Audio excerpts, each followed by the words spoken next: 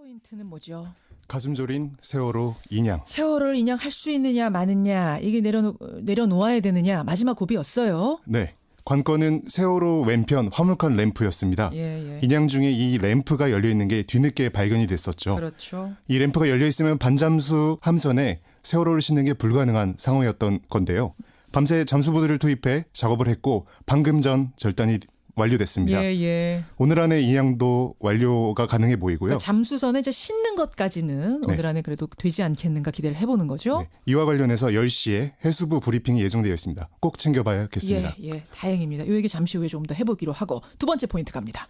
호남선 투표 열차. 민주당 경선 얘기입니까? 네, 민주당 호남 경선이 내일부터 시작됩니다. 예. 25일, 26일은 ARS 투표, 그리고 27일에는 호남 지역 순회 투표가 있을 예정이고요. 예. 그러니까 27일 오후엔 호남 경선 결과가 발표될 겁니다. 다음 주 월요일이에요. 네네. 각 후보들은 일제히 호남 지역을 찾아서 막판 민심 잡기에 열을 올리고 있습니다. 예. 문제는 후보 사이 감정의 골입니다. 사전투표 결과 유출 논란도 계속되는 상황이고요. 그렇죠. 정말 국민적 관심이 높은 경선인데 어떤 결과가 나올지 주목됩니다. 세 번째 포인트로 가죠. 네. 슈퍼 주총데이. 슈퍼 주총이라면 주주총회요? 그렇습니다. 삼성, 롯데, CJ, 현대 굴지의 대기업들이 일제히 주주총회를 오늘 하루 사이에 엽니다. 오늘? 네, 무려 924개, 상장회사 전체 45%나 되는 주주총회가 오늘 하루 사이에 열리는 건데요. 예. 같은 날 이렇게 많은 회사들이 동시에 주주총회를 열게 되면 여러 기업에 투자한 소액 투자자들은 관심 있는 주주총회에 모두 참석하는 것이 사실상 불가능해집니다. 내가 여러 회사의 주식을 가지고 있는데 동시에 주총 열리면 정말 이거 다 못 가는 거잖아요. 그렇죠. 그래서 일각에서는 소액 주주자들을 배제하기 위한 기업들의 담합이 아니냐는 지적까지 나오고 있습니다. 의심할 만하네요. 네 번째 포인트 뭡니까? 먹구름 속 월드컵 본선. 어제 있었던 월드컵 축구 얘기예요. 네네. 간밤에 잠 못 이루신 분들 많으실 텐데요. 그러게요. 네, 어젯밤에 있었던 중국 허롱 스타디움에서의 한국 대 중국, 러시아 월드컵 아시아 최종 예선. 예. 네, 우리나라 내내 우세하게 경기를 해놓고서도 결과는 0대1 충격패였습니다. 예. 네, 역대 32번의 중국과 A매치에서 벌써 이제 두 번째 패배를 한 건데요. 사실 중국 선수들이 공한증 있다 뭐 이랬는데 다 네네. 털어낸 것 같아요. 그런 거 아닌가 걱정이 됩니다. 슈틸리케 감독은 손흥민 선수의 결정이 큰 원인이다라고 밝혔지만 일각에서는 감독의 전략 부재 자체가 원인이라는 비판의 목소리도 큽니다. 예. 슈틸리케와의 앞날 순탄치 않아 보입니다. 여기까지 오늘의 포인트. 민경남 PD 수고하셨습니다. 감사합니다. 배가 많이 넘어가 있습니다. 움직이겠습니다. 빨리 와주십시오.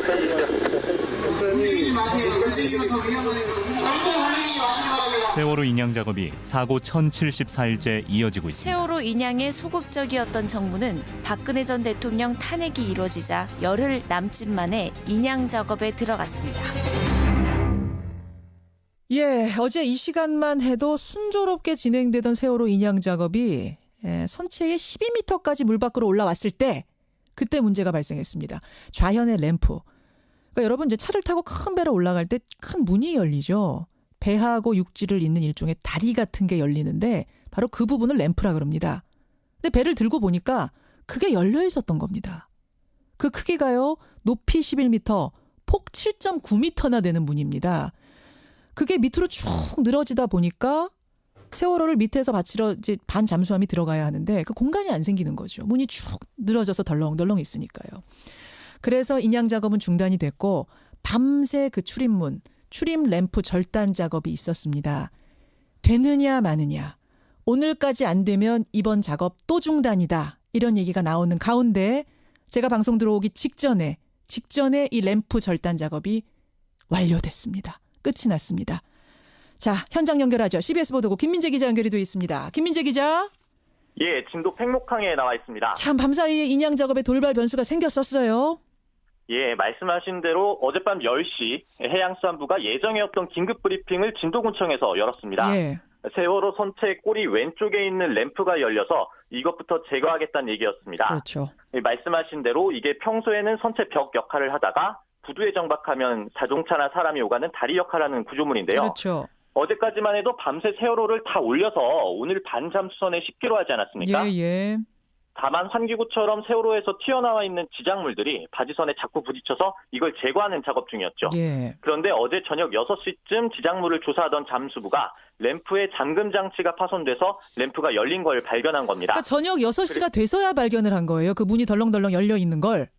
그렇죠. 이게 세월호 선체를 들어 올리면서 이걸 발견했다라는 게 정부의 주장인데요. 예. 그래서 어제 저녁부터 당국이 램프부터 잘라내고 선체 인양 작업을 이어가기로 한 겁니다. 그렇군요. 예. 다행히도 조금 전에 절단이 다 된 거죠, 김민재 기자? 예, 지금 방금 다 잘라냈다라고 공지 문자가 기자단들에게 전파가 됐습니다. 참 다행입니다. 그럼 오늘 작업 일정은 어떻게 되는 겁니까? 예, 이 예상해왔던 작업 때문에 다소 차질을 빚긴 했지만 조금 전 해수부에 따르면 이걸 마무리하고 이제부터 인양 작업의 속도를 내겠다라고 하는데요. 예. 원래는 세월호 선체를 수면 위 13m까지 들어올리기로 했죠. 그랬죠. 예, 현재 12m까지 들어올렸다고 하니까 오늘 안에는 순조롭게 반잠수선 거치 작업까지 마무리할 것 같습니다. 예. 특히 내일도 기상이 양호할 것으로 보이지만 물속에선 기상보다 유속이 중요한데요. 오늘로 유속이 느린 소조기가 끝나기 때문에 인양 작업을 꼭 끝내야 합니다. 그러니까 반잠수선, 요 이동선까지 싣는 거는 오늘 중으로 무조건 끝내야 돼요. 그렇죠. 이게 수조기가 끝나면은 파도가 거세기 때문에 이동하거나 올리기가 쉽지가 않기 때문인데요. 예, 맞아요. 이 때문에 정부도 오늘 자정까지는 무슨 일이 있어도 거치를 마치겠다고 거듭 강조했습니다. 예. 이래서 오늘 중 반잠수선에 선체를 올려놓으면 예정보다는 늦어지겠지만 세월호를 다시 물에 내려놓는 상황은 피할 수 있어서 일단 한숨은 돌릴 수 있다는 얘기입니다. 참 다행입니다. 다행이고요. 문제는 이렇게 거대한 램프가 3년 넘게 열려 있었다면, 그러니까 이제 발견한 거잖아요. 이 문 열린 걸. 미수습자라든지 또 사고 원인을 밝혀줄 수 있을 만한 어떤 그 물품 같은 것들이 유실됐을 가능성은 없을까요? 정부 발표를 액면 그대로 믿으면 그럴 일은 없다고 합니다. 잠수부가 물속에서 확인을 해보니까 예. 컨테이너가 입구를 틀어막고 있어서 램프가 열려 있어도 선체 안의 화물이 유실될 상황은 아니라는 겁니다. 또 여기에다가 유실 방지망도 더 강화하고 인양 작업을 다 끝내면 잠수부들이 물속에 들어가서 혹시 유실된 물품은 없나 확인 작업도 할 예정입니다. 예. 하지만 정부가 3년 동안 인양을 준비했다면서 이런저런 이유로 작업이 늦어지는 것 자체가 문제입니다. 그렇죠. 가뜩이나 인양을 일부러 늦춘 것 아니냐는 의혹을 받고 있는데 지금 제속도를 내고 있다지만 선체 밑바닥에 깔려 있었다, 리프팅 빔에 가려졌다 이런 돌발 변수 때문에 자꾸 작업이 늦어진다고 하니까 국민들로서는 불안함을 지우기 어렵긴 합니다. 이게 지금 램프가 무슨 11m, 7.9m 이렇다면서요. 굉장히 큰 램프라면서요. 예. 근데 그거를 컨테이너로 어떻게 다 막고 있었다는 건지 저는 그것도 잘 상상은 안 되는데 어쨌든 정부 발표는 그 문이 막혀 있었기 때문에 걱정은 말아라. 네, 그렇게 말하고 있습니다. 근데 김민재 기자, 저 램프를 이렇게 막 잘라도 그거는 상관없습니까? 사고 원인 밝히는 거하고? 지적해 주신 대로 이 선미 램프가 사고 원인과 연관된 거 아니냐는 지적이 그동안 있었는데요. 예. 재판에서 세월호 1등 항해사 강모 씨가 참사 전날 램프를 닫았는데도 빛이 틈새로 비춰졌다. 즉 물이 셀 수 있는데 이걸 얘기해도 수리를 안 해줬다고 증언했던 곳입니다. 이 때문에 전문가들 중에선 이곳이 만약에 제대로 방수가 됐다면 이 배가 기울어졌을 때 침수를 어느 정도 막을 수 있었을 거 아니냐는 지적도 나왔고요. 이처럼 사고 원인과 직결될 수 있는 부분인데 정부가 그동안 미리 확인도 안 하고 이 상황이 발견이 되니까 허겁지겁 잘라내겠다. 이렇게 하니 저희도 상황을 좀 유심히 지켜봐야겠습니다. 지금까지 진도에서 전해드렸습니다. 예. 김민재 기자 고맙습니다. 진도 인양 작업 현장에 있는 CBS 김민재 기자를 먼저 연결했습니다. 이 전문가들은 이 상황 어떻게 바라보고 있을까요? 오늘도 공기령 교수 연결을 해봐야겠네요. 해양대 공기령 교수. 교수님 나와 계세요. 예, 안녕하세요. 다행히 제거는 됐습니다만 이것 때문에 반 잠수함에 올리지 못할 정도의 그런 심각한 문제였던 겁니까? 예, 그 선체 외부로 나와 있는 가장 큰 구조물 중에 하나가 램프였습니다. 그런데 그 램프가 이 케이블을 가지고 열고 닫고 하는데 단단하게 고정되어 있지 않아가지고 세월호가 침몰하면서 그쪽으로 화물이 쏠려서 아마 반쯤 열렸을 거로 그렇게 지금 판단이 되어집니다. 근데 앞에서 김민재 기자하고도 얘기했습니다만 본인양 시작하기 전에 잠수사들이 물속에 몇 번이나 들어가서 물속 상태를 확인했는데 그리고 들어 올려지는 와중에도 잠수사들이 수시로 분명히 들어가서 확인을 했을 텐데 이 커다란 출입문 열려 있는 걸 그렇게도 모를 수 있습니까? 12m 들을 때까지? 그러게 이제 그 뻘에 묻혀 있을 때는 그 부분이 아마 1m 이상 들어가 있어서 발견하지 못한 부분이 있는데 예. 그것도 미리 이제 스캔을 이용해 가지고 몇 번 선체를 조사한 바가 있습니다. 그리고 말씀하신 것처럼 이제 10m 이상 들어 올리는 과정에서 그쪽 부분이 선체 바깥쪽으로 튀어나와지는데 그 부분에 대한 조사가 이루어지지 않은 부분에 대해서는 좀 이해하기 힘든 그런 부분입니다. 그렇죠. 12m 끌어 들어 올렸으니까 1m만 더 들어 올리면 되는 상황에서 이걸 발견했으니 지금 이제 잘려졌으니 망정이지. 그렇지 않았더라면은 이거 다시 내려놓아야 되는 상황이 될 뻔도 했어요. 그렇습니다. 그럼 또 달려진 것도 조금 문제가 있는 게 그 부분이 말씀하신 것처럼 크기가 이제 길이가 10m, 폭이 7m 정도고 이렇게 4단으로 접어지게 되어 있습니다. 예. 그래서 이제 그걸 제거하면 커다란 구멍이 생긴 겁니다. 그래서 또 그 선미 쪽으로 선체가 무겁기 때문에 균형을 아무리 잘 잡아도 그쪽으로 이제 지금 유실물들이 나갈 가능성이 높고 그거에 대한 대비가 철저하게 이루어져야 될 것으로 생각이 되집니다. 그러네요. 유실 방지망을 지금 치고 배를 올리는 거죠? 지금 그 완전히 친 게 아니고 이제 해저 바닥에 일부 펜스를 쳐놓고 그다음에 그쪽 부분은 그 방지망을 지금 다시 작업을 해야 될 것 같은데 그 방지망이 튼튼하지 않으면 이 하물이 쏠리면서 그걸 뚫고 나갈 수도 있습니다. 그래서 커다란 구멍이라 그 작업이 쉽지는 않을 것으로 생각이 되어집니다. 그리고 이번에 램프 자르면서 그 출입문 자르면서 또 훼손됐을 가능성도 이것도 생각을 해야 될 것 같습니다. 근데 이모저모 꼼꼼하게 다 체크해가면서 작업을 해야겠다는 생각을 이 램프 돌발 변수 생기는 거 보면서 또 하게 됐어요. 자, 일단은 됐습니다. 일단 램프는 잘랐습니다. 오늘 중으로 반잠수함 이동선 위로 올릴 수 있을 것 같다고 합니다. 교수님. 어제 연결했을 때는 이제 배가 살짝 드러난 상황이었기 때문에 요 살짝 드러난 거 보고는 뭐 아직은 뭐라고 얘기 못 하겠다 하셨잖아요. 예, 그렇습니다. 지금은 이제 수면 위로 12m까지 부상한 상황. 저도 지금 저 사진 보고 있습니다만 배의 참 처참한 모습이 드러난 상황인데 외관을 보시면서 가장 전문가로서 주목하는 부분은 어떤 걸까요? 예, 지금까지 이제 사고 원인과 관련해서 외부적 요인을 여러 번 제기한 적이 있습니다. 그 외부 어떤 물체와의 충돌설이죠. 그렇죠. 근데 그 충돌은 반드시 외부 갑판에 흔적을 남기게 되어 있습니다. 현재 우연선체가 드러나 있고 우연선수 부분으로 보이는데 그쪽 부분의 어떤 충격으로 인한 어떤 파손이나 파공의 흔적은 현재 찾아볼 수가 없습니다. 그래서 이 자연 선체 쪽을 완전히 들어봐야 되겠습니다만은 현재까지는 외부 어떤 충격설에 대해서는 흔적을 발견하기 어렵습니다. 예, 외부 충돌설이 끊임없이 제기가 됐는데 진짜 일단 이쪽 보기로는 지금 아주 다 드러나는 건 아니지만 12m까지 드러나는 걸로 봤을 때는 외부와 충돌한 흔적은 보이지 않는다. 그쪽 설은 일단 아닌 것 같다 이 말씀이세요? 예, 그렇습니다. 이 정도 부패와 훼손이면은 이건 어느 정도나 심각한 걸로 보세요? 예, 선체 외판은 페인트가 칠해져 있고 또 그 외판의 뚱케가 두껍기 때문에 3년간 물속에 들어 있어도 뭐 함몰이나 변형의 흔적은 찾아보기가 힘들 겁니다.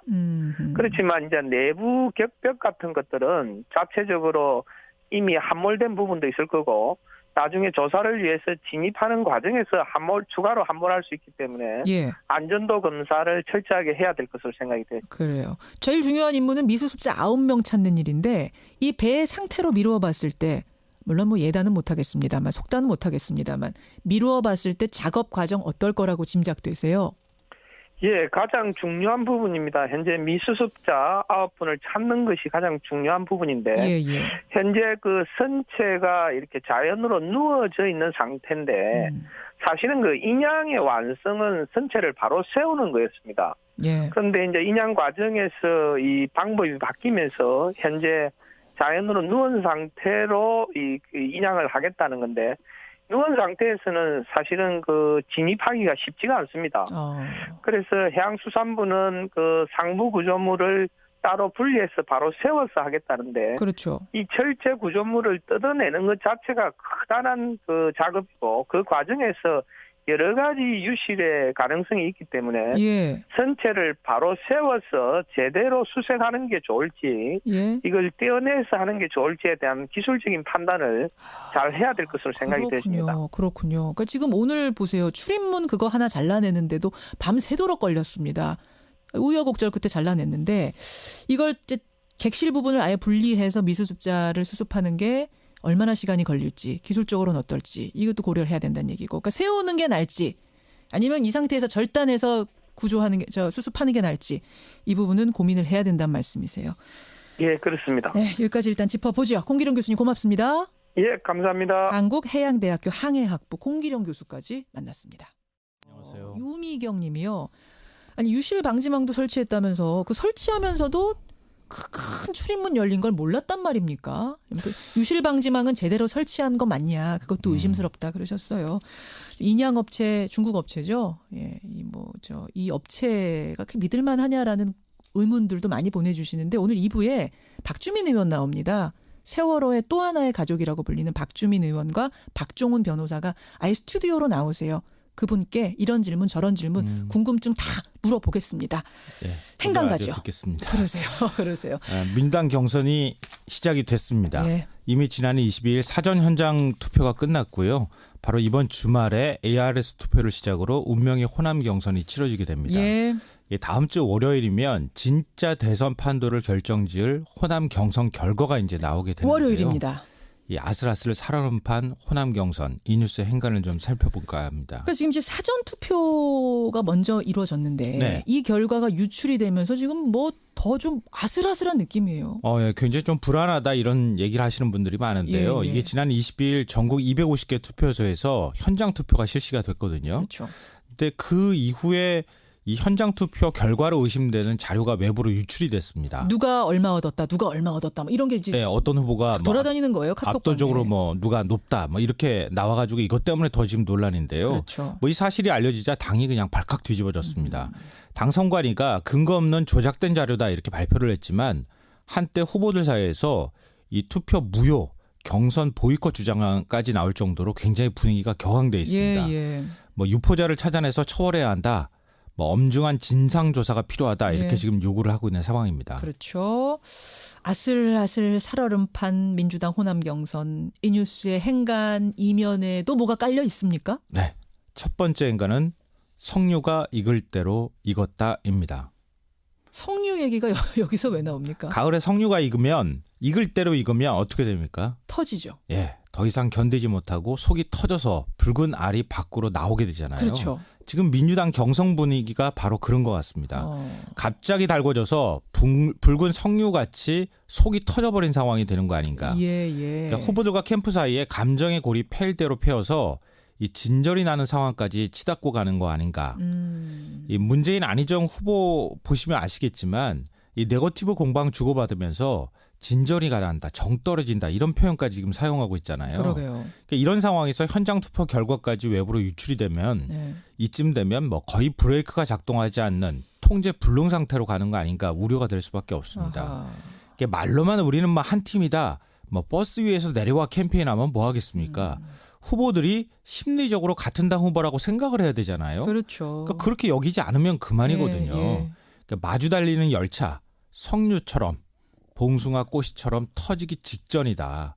과연 이 흐름을 멈출 수 있을까? 국민들도 지금 조마조마한 심정으로 지켜보고 있다. 이런 얘기입니다. 그러니까 민주당 경선관리위원회가 더 철저하게 했었어야 돼요. 그럼요. 이런 상황까지 생각을 했었어야 되는데 이 과열 상황에서 이 문제까지 터지니까 정말 지금 석류처럼 돼가는 거 아닌가. 맞습니다. 우려가 나오는 거죠. 만약에 공개가 될 수 있는 상황이었다 그러면은 미리 공개를 하든가 아니면은 완전히 이럴 여지를 차단하도록 그렇죠. 나중에 투표하도록 하든가 했었어야죠. 두 번째 인간 뭡니까?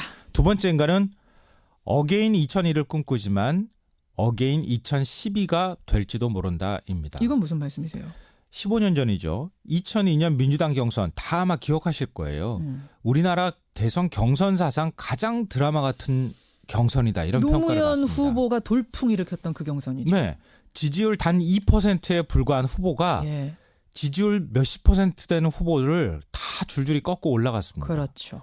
그러니까 특권과 반칙 없는 세상을 내세워서 이런 경선의 교과서 같은 경선을 만들어냈거든요. 예. 그렇지만 2012년 경선은 어땠습니까? 12년에 어땠죠? 기억하고 싶지 않은 경선일지도 모릅니다. 민주통합당 당시 이제 입장에서는 문재인, 손학규, 김두관, 정세균 이 4명의 후보가 출마를 했는데요. 예.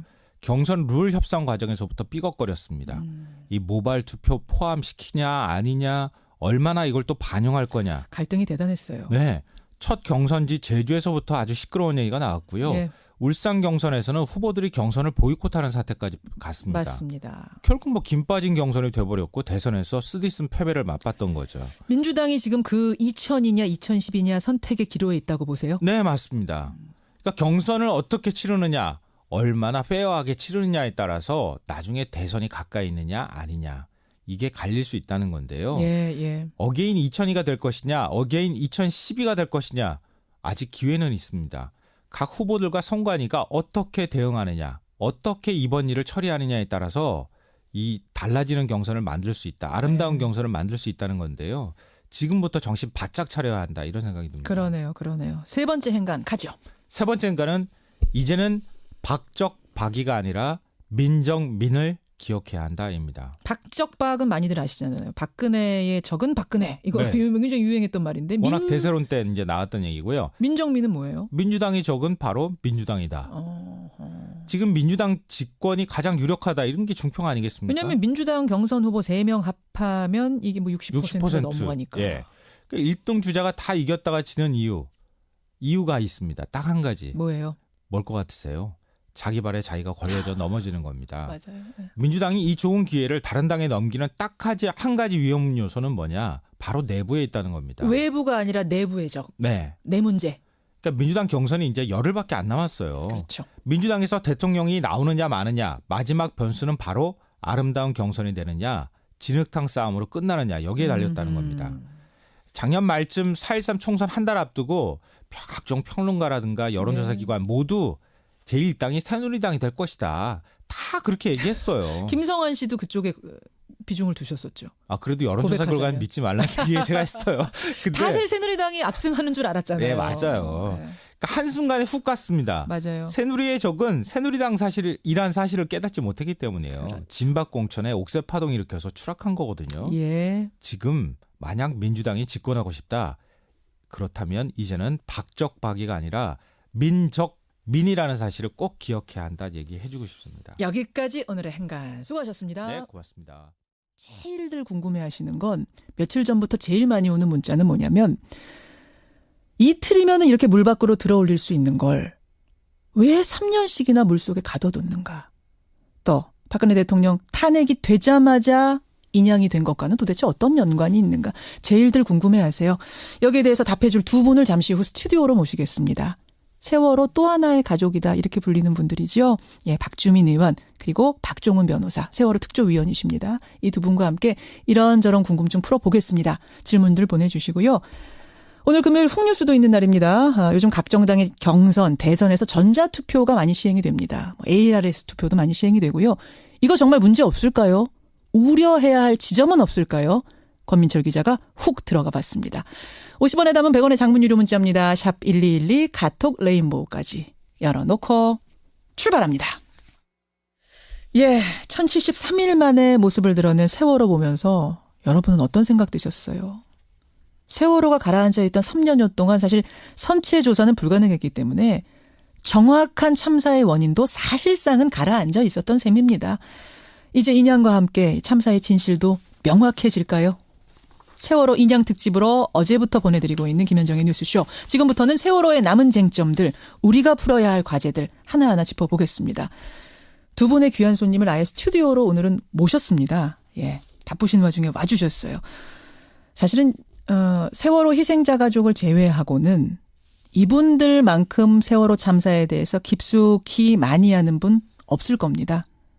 3년간 진실을 밝히기 위해서 고군분투했던 두 분, 세월호 변호사로 더 익숙한 더불어민주당 박주민 의원, 또 세월호 특별조사위원회의 상임위원인 박종훈 변호사 두 분 나오셨습니다. 어서 오십시오. 네, 안녕하십니까. 네, 안녕하세요. 박주민 의원님. 네네. 세월호 참사의 원인을 밝히기 위해서 내가 국회의원이 되겠다. 이렇게 결심하셨던 거 맞죠? 결심의 큰 부분이 있죠. 그렇죠. 그렇죠. 인양 시작되고 그젯밤에는 좀 주무셨어요? 잠을 거의 못 자겠더라고요. 그렇죠. 계속 긴장되고 일어나서 잔다고 누웠다가 일어나서 속보 들어온 거 있으면 보고 계속 그걸 반복했었죠. 잠이 저도 안 오던데 박종훈 위원님 어떠셨어요 그젯밤? 예, 사실은 저는 이게 오한이 나와가지고 아이고. 사실 몸살이 걸렸는데 그러니까 다른 무엇보다도 미숙 가족을 생각하면 정말 그분들의 애간장이 이미 다 녹아 없어졌을 텐데 그 심정을 생각하면 정말 저도 따라서 좀 아파가는 것 같습니다. 그래요. 그 물 밑에서 하얗게 저는 이 사실 다 드러난 지금보다도요. 제가 사진 보고 있습니다만 완전히 올라온 지금보다 물 밑으로 하얗게 배의 그 모습이 아른거렸을 때 그때 그 울컥하던 심정이란 건 표현이 안 되는데 그나저나 두 분 어제 하루 종일 순조롭게 진행이 되다가 출입문 그러니까 램프라 그러죠. 배하고 육지를 연결해주는 그 램프가 열려서 밑으로 축 늘어떨어져 있는 거를 늦게 발견하고 절단 작업이 중단이 됐었습니다. 아슬아슬하게 제가 방송 들어오기 직전에 이 절단 작업을 했습니다만 하마터면은 이거 다시 내려놓을 뻔했던 거죠. 네, 맞습니다.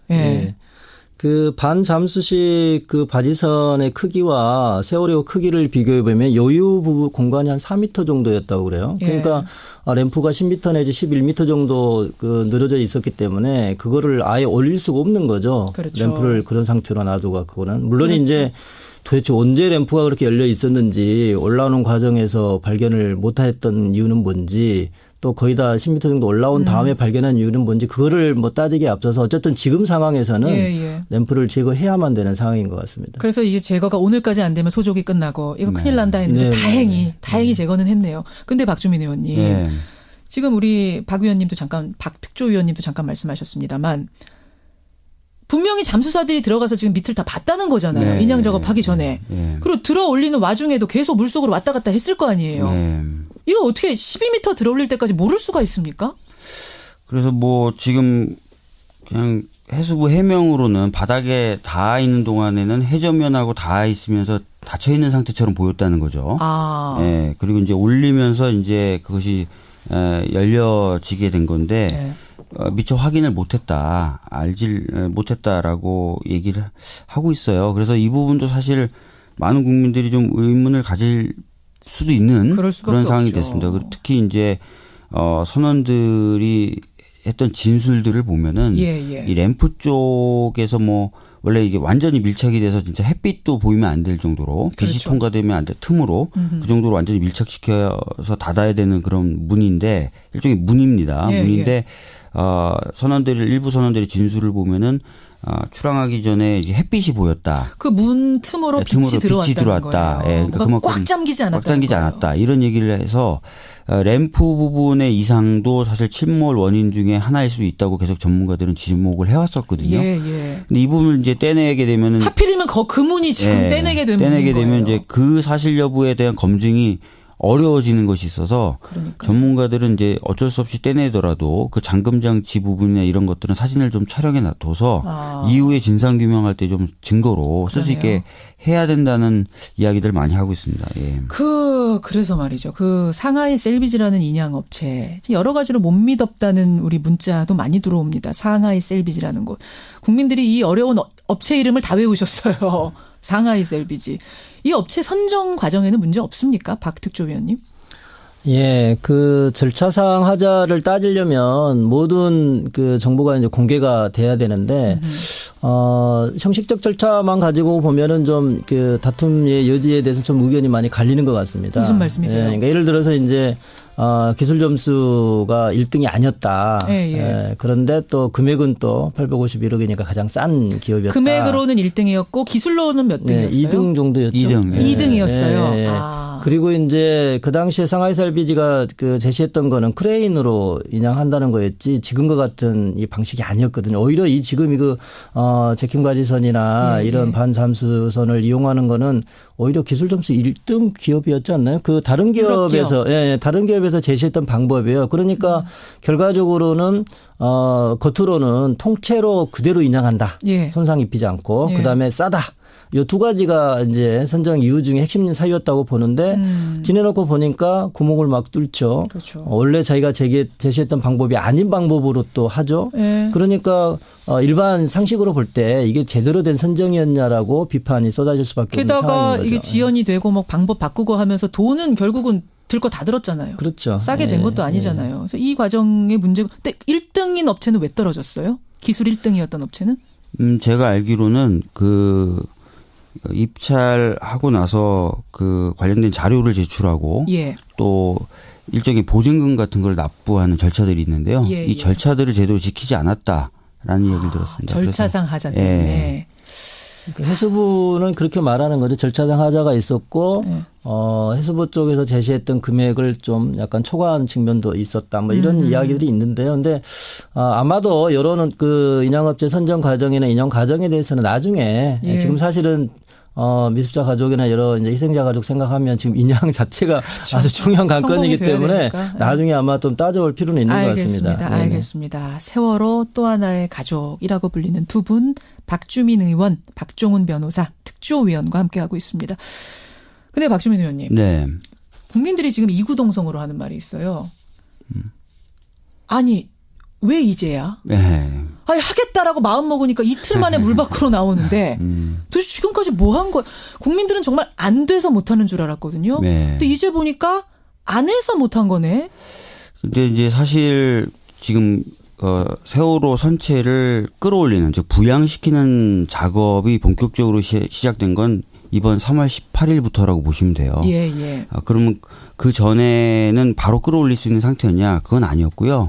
3년이라는 시간 동안 어떤 일들이 진행됐었냐면 인양을 할지 말지 결정하고 그다음에 인양 업체와 인양 방법을 결정하고 결정된 방법에 따라 세월호 선체 밑에 리프팅 빔을 삽입하고 그다음에 그 빔에다 와이어를 거는 그런 작업들을 계속 해왔던 건 사실입니다. 그래서 이제 그 작업을 다 마친 것이 올해 3월 달이었던 거고요. 그러니까 하루아침에 땡 하고 되는 건 아니에요. 그건 분명합니다. 그렇죠. 여러분. 다만 근데 이 인양업체를 결정한다든지 인양 방법을 결정한다든지 리프팅 빔을 삽입한다든지 하는 과정에서 저희들이 봤을 때도 좀 석연치 않게 시간들이 계속 지연이 된다든지 이런 모습도 있었기 때문에 과연 정부가 열과 성의를 다해서 하고 있느냐 이런 비판을 계속 했던 겁니다. 그래요. 특히 이제 상하이 셀비지가 갖고 있었던 기술력이나 이런 부분에 대한 문제 제기도 많이 됐었는데요. 맞아요. 일단 해저면의 상태에 대해서 제대로 된 정보를 갖지 않고 작업들을 시작했다는 이야기도 하고 리프팅 빔도 원래는 10개를 삽입할 걸 예정했는데 33개를 삽입했거든요. 그렇죠. 이런 것들 보면은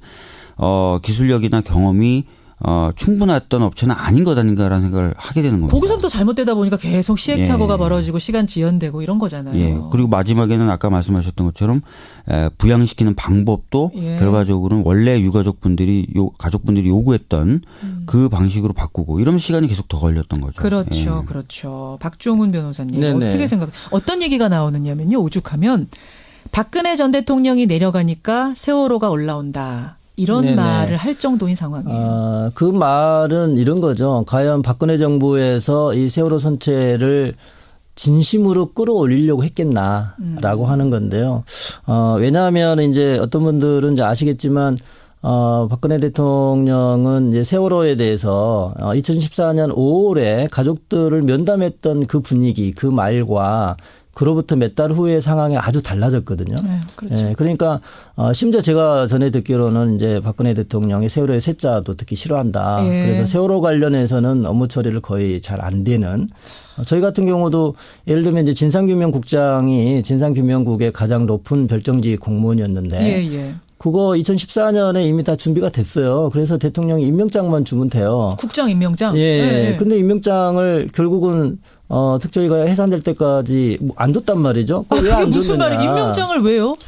왜 안 주냐라고 말을 했을 때 이제 우회적으로 들은 이야기지만 대통령이 세월호 쇠자도 듣기 싫어하니 이거 올릴 수가 없다. 이런 말까지 들릴 정도였어요. 그러니까 그 말은 결국은 이제 뭐 최순실이 영향인지 박근혜 대통령의 심정의 변화인지는 알 수 없으나 박근혜 정부가 적극적으로 세월호 참사를 진상규명하거나 또는 세월호 선체가 올라와서 국민들의 관심이 거기에 쏠리는 거를 원치 않았을 것이다라고 하는 추정이 가능하게 되고 예. 그래서 해수부도 뭐 여러 가지 기술적 문제나 시간의 문제도 있겠지만 결과적으로 박근혜 정부가 핵심인 박근혜 대통령이 파면되고 나니까 예. 바로 해수부가 신속하게 했지 않겠냐. 뭐 그런 이야기가 있고. 충분히 의심할 만한 그러니까 의심할 수는 있죠. 의심할 수는 있는데 예, 다만 이제 제가 상당히 좀 불만스럽게 생각했던 거는 2014년 아마 11월 11일경으로 기억이 되는데요. 예. 그 당시에 수색 중단 선언을 할 당시에는 가족들 입장에서는 이제 인양을 전제로 하는 거거든요. 인양해 줄 것이다. 그렇죠. 예, 빠른 시일 내에. 그렇죠. 그러나 그 당시에 제대로 유실방지 대책도 하지 않고 이런저런 이유로 시간을 끌었단 말이죠. 네, 예. 인양 결정이 안 되니까. 그렇죠. 결국 이거는 뭐 해수부만의 문제라기보다는 뭐 정권 차원의 문제가 아니었던가 그렇게 생각이 됩니다. 바로 이 지점에서 뭐 청취자 양희준 님도 문자 주셨어요. 블랙리스트에 올라온 세월호의 세 자를 대통령 앞에서 꺼낼 용감한 공무원이 있었을까? 이런 생각 국민들이 다 하시는 건데 저는 지난 그 국정농단 청문회 중에 듣고도 귀를 의심했던 대목이 뭐냐면 고영태 씨가 이런 말을 했었어요. 최순실은 세월호의 노란색만 봐도 안 좋게 생각했다. 네. 여러분 기억하시죠?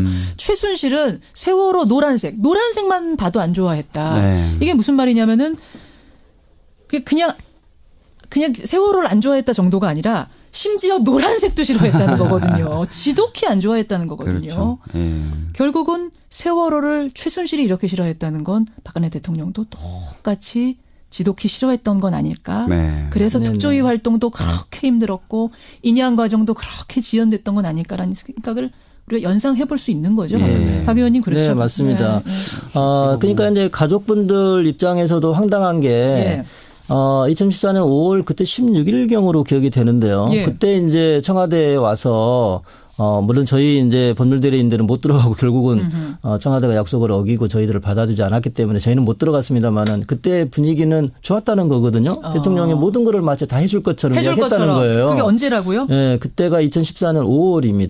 5월 날짜가 한 16일경으로 제가 기억이 그러면 사고 나고 한 달 정도까지는 그렇습니다. 다 해줄 것 같은 예, 그랬다는 거죠. 그러니까 이제 가족분들이 저희한테 와서 어쨌든 간에 뭐 특별법도 되고 특검도 되고 뭐 국정 다 할 것 같이 이야기를 해서 되게 안심했다는 거죠. 근데 그 태도가 완전히 돌변하는 과정이 있는 거죠. 의심하는 거죠. 도대체 왜 이렇게 바뀌는 것일까?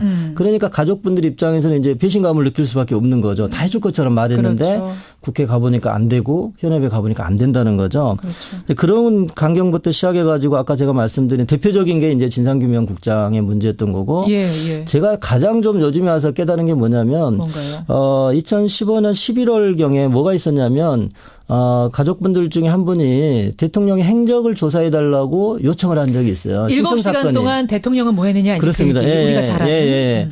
그 사건 신청 사건이 들어왔을 때 논쟁이 아주 거셌죠. 그리고 이제 하필이면 그 시기가 세월호 특조위의 2016년 예산이 또 이제 결정 날 만한 그런 상황이었고 저희로서 상당히 부담스러운 상황이었는데 그거는 근데 저희로서는 신청 사건을 받을 수밖에 없는 거죠. 법에 그렇게 돼 있어요. 그걸 안 받을 수가 없는 거죠. 그렇죠. 해달라는데. 그랬을 때 여당 추천 의원들이 뭐라고 항변을 했냐면 왜 대통령의 사생활을 캐려고 하냐 이렇게 주장했다는 거죠. 이게 2015년 얘기입니다. 네, 그렇습니다. 2015년 11월 달입니다. 근데 이제 제 개인적인 입장이 도저히 이해가 안 가는 거죠. 공부 시간에. 저는 어떻게 생각했냐면 분명히 집무실에 나와서 업무를 봤을 텐데 그거에 대해서 왜 사생활 캐기라고 우리를 공격하는가. 근데 이제 시간이 흘러서 보니 그 말의 의미는 상당히 있는 거죠. 예를 들어서 집무실이 없었고 관저에 있었다. 이제야 알겠네요. 이제야 알겠네요. 그때는 관저에 있을 거라고는 상상도 못 하셨어요. 아니 당연히 집무실에 있다고 생각한 거죠. 대낮에 대통령이 설마 관저에 있었겠네요. 근무 시간이잖아요. 이게 왜 사생활이냐라고 얘기해. 그때 뭐라고 답 나왔어요? 그래서 저희는 이제 사생활 캐기 아니다. 우리가 무슨 화장실 가는 거를 캐는 게 아니고 공적 업무를 수행할 때 어떤 보고와 어떤 지시를 했느냐를 조사하려는 거다. 그렇게 말하는 자꾸 사생활 캐기라고 말을 하니까 이게 너무 안 맞는 이야기죠. 상황 자체를 우리가 몰랐던 거예요, 사실은. 이제야 알겠다. 이제 보니 그런 상황이었다는 거죠. 자, 세월호 진실을 밝히는 두 분. 박주민 의원, 박종훈 특조위원과 함께, 박종훈 변호사와 함께하고 있습니다. 지금 청취자 문자가 굉장히 많이 들어오는데요. 0020님. 박주민 의원님, 앞으로 세월호 관련자 처벌은 어떻게 내는 건가요? 라고 물어보셨는데 지금 이준석 선장은 무기징역 받았고 그다음에 1, 2, 3정의 그 정장이라 그러나요? 최초로 구조하러 갔던 그분이 징역 3년 받았고 예. 유병원 씨는 이제 변사체로 발견이 됐고 그 아들 같은 경우에는 징역 이분 이제 횡령인가 뭐 이걸로 또한 징역 2년 받았고 딸 유섬나 씨는 그냥 프랑스에 눌러 앉아 있고 요 상황이 다죠. 박주민 의원님. 맞습니다. 예. 지금 뭐 진상 규명이 제대로 되지 않고 있기 때문에 방금 말씀하셨던 것처럼 책임자라고 지목됐던 사람들 중에 극히 일부만 형사적인 처벌을 받았어요. 그래서 진상 규명 작업이 좀 다시 제대로 진행될 필요가 있고 그것을 위한 제2기 특조위가 올해 내로 다시 출범하게 됩니다. 1기 특조위보다 훨씬 더 강력한 권한을 가지고 있고 정부로부터 훨씬 더 독립된 지위를 갖고 있기 때문에 보다 큰 성과가 나을 것 같고요. 그리고 그 전이라도 만약에 정권이 교체된다면 정권 차원에서 그냥 일반 검찰을 통한 재수사나 이런 것들도 충분히 가능할 거라고 보여집니다.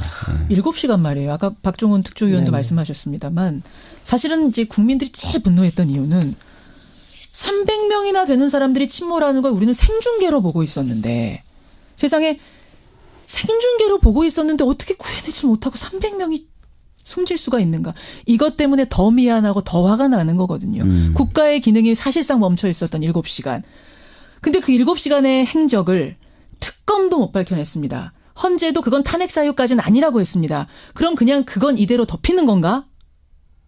어떻게 되는 거예요? 일단은 헌재 결정에 대해서 좀 말씀을 드리면은 헌재가 뭐 그 4월 16일 참사 당시 박근혜 대통령이 잘했다고는 한마디도 한 적이 없습니다.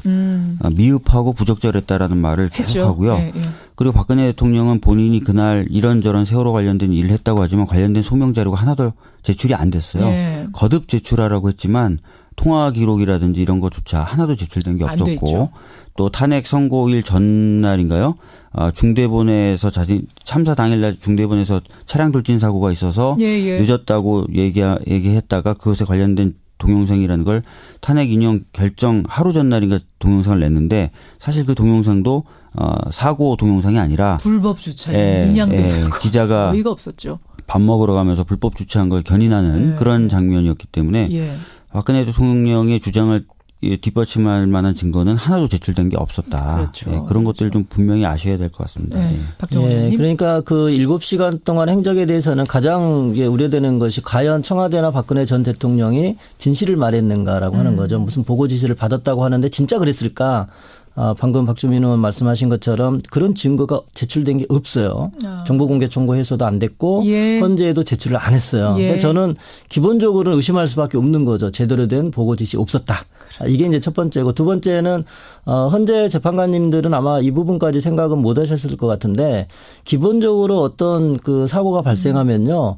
초기에는 현장 그 대응하는 책임자가 아주 중요합니다. 그러니까 현장 책임자의 책임이 아주 중요하기 때문에 그것도 대통령이 함부로 관여할 수 있는 건 아니에요. 9.11 사태 날 때도 뉴욕시의 소방서장이 중요한 거지 대통령이 중요한 건 아니거든요. 그런데 문제는 그거를 꾸준히 모니터링하면서 초기 대응이 실패하거나 실패하고 있다는 것을 감지하는 순간 국가 시스템이 작동돼야 된다는 바로 거죠. 그거죠. 그 중요한 순간에 대통령이 뭘 했냐. 그게 중요한 거예요. 그러니까 이거는 세월호 참사뿐만 아니라 다른 어떤 사건도 마찬가지입니다. 그러나 그 당시에 만약에 대통령이 거기에 집중하지 않고 다른 일을 그것도 관저에서 하고 있었다면 그거는 그래서 저는 헌재 재판관님들한테 8대 0으로 파면해 주신 건 대단히 감사한 일이지만 그걸 구별했어야 된다. 초기 상황과 그 이후의 대응 상황을. 말씀해 주셨어요. 청취자 문자가 많이 들어오는데 이런 문자 하나 들어왔습니다. 반잠수함에 오늘 올리면 인양 끝나는 겁니까? 그렇지 않습니다. 아닌가요? 이거는 육상에 거치될 때까지는 우리가 어떻게든 성공적으로 인양이 하려면 계속 기도하고 기다려야 되는 게 육상에 거치되기 전까지는 어떤 일이 발생할지 알 수가 없어요. 그럼 끌어오다가도 이게 뒤집어지고 막 이럴 수도 있어요? 만약에 끌어오다가 남해 바다 이게 빠지게 되면 이제 도저히 건져 올리기 어려운 상황이 될 수도 있는 것이죠. 그래서 제가 볼 때 가장 위험한 순간은 아마 반잠수식 그 바지선에 제대로 고정적으로 결박을 할 수 있느냐. 그 올리는 것까지만이 아니라. 그렇죠. 가장 위험한 순간인 것 같고 물론 이제 안정적으로 고착을 시킨 상태에서 하루 정도 목포 신항으로 가는 거는 상대적으로 덜 위험할 것 같습니다. 30초인데 박주민 의원님 하나만요. 3238님이 만약 정권이 이제 다음 정권이 들어서면 유병헌 사망 사건을 다시 조사할 의향이 있으십니까? 짧게 답해달라고 하셨어요. 이미 이제 저희 당 쪽에서는 전면적인 재조사가 필요하다고 보고 있어요. 그러세요? 꼭 유병헌만 관련된 게 아니라요. 알겠습니다. 자, 두 분과 오늘 여러분의 질문, 이모저모, 세월호 인양을 바라보면서 여러 가지 이야기를 나눠봤습니다. 직접 나와주셔서 감사드리고요.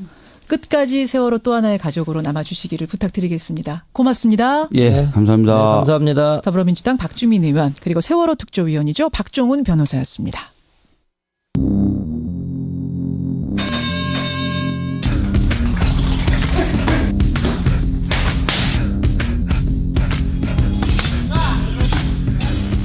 김현정의 뉴스쇼 금요일의 코너 뉴스 속으로 훅 파고 들어가 봅니다. 권민철의 훅뉴스. 오늘도 권민철 기자 나와 있습니다. 어서 오세요, 권 기자. 안녕하세요. 자, 오늘 훅뉴스 무슨 얘기를 담아오셨어요? 오늘 또 이 관련 오디오부터 들어보고 말씀드리겠습니다. 예. 지문으로 해요. 예, 꼭. 지문 발인이 완료된 투표권을 받아 투표 문제가 나오세요. 신분 좀 주세요. 지문 좀 주세요. 뭐 투표하시겠습니다. 이 어디예요? 네, 그제 있었던 민주당 경선의 현장 투표소 투표라고 하는데요. 관련 음향입니다. 아, 민주당 경선 현장 투표 상황? 네, 저희 뉴스쇼 팀의 정다솜 작가가 직접 투표를 해보고 왔는데요. 예. 또 대선 본선도 벌써 47일 앞으로 다가왔죠. 그렇죠. 그래서 오늘은 경선과 본선의 투표와 개표에 무슨 문제가 없는지 살펴보려고 합니다. 대선 경선과 본선의 투개표 문제. 네. 여기서 문제가 있으면 이거는 보통 문제가 아닌데요. 도대체 그렇죠. 어떻게 짚어보셨을지 하나하나 얘기 풀어보죠. 민주당 경선 이야기부터 해보죠. 예. 지금 민주당 경선은 예선이 아니고 본선이라고 하죠. 열기가 대단합니다. 어느 때보다도 더 엄중한 선거입니다. 예.